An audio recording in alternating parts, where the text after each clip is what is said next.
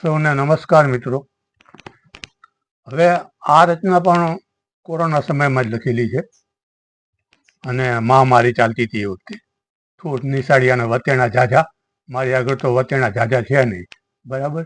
ઠાઠ માટે નથી, આજ તો વળી કલરના કપડાં પહેરેલા છે ને સાઇન બોર્ડ બનાવવું છે, પાછો બેસી ગયો મને. ચલો વાળ આપણે તો જ્ઞાન ગંગા વહાવવાની, શું આપણે શૂન્યમાંથી સર્જન, ઠાઠ માટની કાંઈ જરૂર નહીં.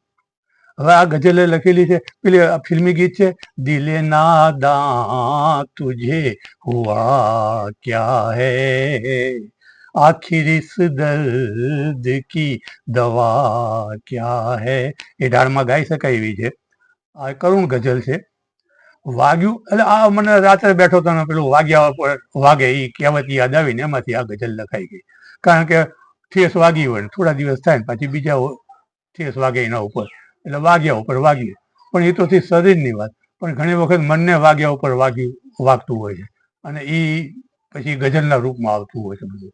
શું વાગ્યું વાગ્યા ઉપર તો સમજાયું, વાગ્યું વાગ્યા ઉપર તો સમજાયું, પીડા બેહદ વધી તો સમજાયું, પીડા બેહદ વધી તો સમજાયું. હવે આ જે મનના ઉપર જે પ્રહાર થતા હોય છે અને એ તો સમયના આધારે જ પૂછાય છે.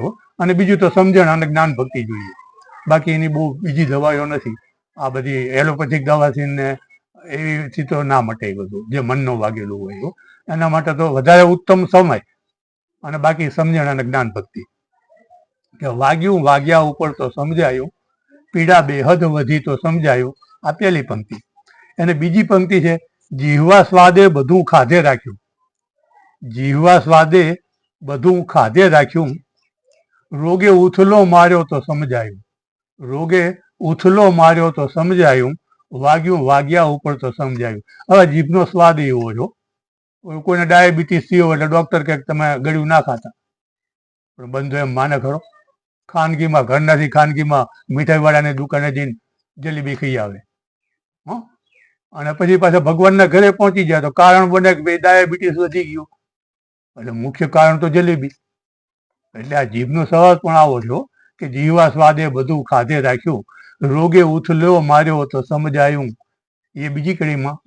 હવે ત્રીજી કડી છે, કાંટા વાગ્યા કર્યા જે પથ પથ પર, કાંટા વાગ્યા કર્યા જે પથ પથ પર, કાઢે નીકળ્યા નહીં તો સમજાયું, કાઢે નીકળ્યા નહીં તો સમજાયું, વાગ્યું વાગ્યા ઉપર તો સમજાયું. હવે આ કાંટા એ પથ પથ ઉપર રસ્તે રસ્તે વાગતા હોય છે. હવે કોઈ કાંટા નીકળી જાય ને કોઈ કાંટો વાગ્યો હોય તો કપાસી કરે, હા, અને એને તો પછી ઓપરેશન કરાવવું પડે. અને મનને કાંટા વાગ્યા હોય ને એની પરિસ્થિતિ આવી હોય છે, બહુ ખરાબ પરિસ્થિતિ થઈ જાય કે કાંટા વાગ્યા કર્યા જે પથ પથ પર, કાઢે નીકળ્યા નહીં તો સમજાયું. અને આ વાગ્યું વાગ્યા ઉપર તો સમજાયું. આપણા એક ઘરમાં સંબંધી ગુજરી જાય, એક ઘા તો વાગ્યો જ હોય, થોડા દાડા થાય ને બીજા આપણા નજીકના સગામાં કે ફલાણા ભાઈ તો કે ભગવાનના ઘરે પહોંચી ગયા, એટલે આ વાગ્યું વાગ્યા ઉપર તો સમજાયું. એ મને યાદ આવ્યું અને આ ગઝલ લખાય. શું કે વાગ્યું વાગ્યા ઉપર તો સમજાયું, એક સંબંધી ગુજરી ગયા હોય અને થોડા દિવસ પછી આપણા નજીકના જ બીજા કોઈ સંબંધી ભગવાનના ઘરે પહોંચી જાય, એ વાગવાની વાત છે. આ કે વાગ્યું વાગ્યા ઉપર તો સમજાયું, પીડા બેહદ વધી તો સમજાયું. હવે આગળની ચોથી પંક્તિમાં છે, દેનારે તો દીધું તું વણ માગે, દેનારે તો દીધું તું વણ માગે, દીધું ખોઈ પછી તો સમજાયું, દીધું ખોઈ પછી તો સમજાયું, વાગ્યું વાગ્યા ઉપર તો સમજાયું. એટલે માણસને ભગવાન તો બધું મફત જ આવે છે, હાથ પગ આંખ નાક બધું, પણ બધું ખોઈ દીધા પછી ખબર પડે છે માણસને, ત્યાં સુધી ખબર પડતી નથી. આપણે દેશી ભાષામાં કહીએ કે રાડ્યા પછી ડાપણ આવે. હવે પાંચમી પંક્તિમાં છે, આવ્યા મદદે ઘણા દોડી દોડી, આવ્યા મદદે ઘણા દોડી દોડી, હાથ દુખતો ઝાલ્યો તો સમજાયું, હાથ દુખતો ઝાલ્યો તો સમજાયું. હવે ખાડામાં પડ્યો ને પેલું દુખતો હાથ ઝાલીને ખેંચે, અરે ભાઈ ના ખેંચતો, આ હાજો હાથ છે એ ઢાલીને ખેંચો તો મદદ કરી કહેવાય. પેલી ગાંઠના મુશ્કેલીમાં મૂકે. દર્દીને ડોક્ટરે કીધું હોય કે તારે બોલવાનું નહીં, તો સંબંધી ખબર કાઢવા આવે ને, મારે કે એમના મોઢે જ વાત સાંભળવી છે, તમને શું થયું છે બોલો જ હોય, પરાણે બોલાવે. હવે આ સંબંધી ખબર કાઢવા આવ્યા છે કે દર્દ વધારવા આવ્યા છે.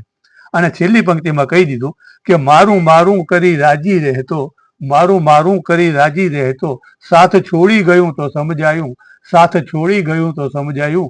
આપણા કોઈ સંબંધી ગુજરી જાય અને ભગવાનના ઘરે પહોંચી જાય પછી ખબર પડે કે આ તો બહુ મોટી વસ્તુ ખોઈ દીધી. વાગ્યું વાગ્યા ઉપર તો સમજાયું. 5 મિનિટ થઈ ગઈ છે. ફરી વખત બીજા વિડીયોમાં જુદી જુદી પંક્તિઓનું વિશ્લેષણ કરી બતાવીશ. નમસ્કાર.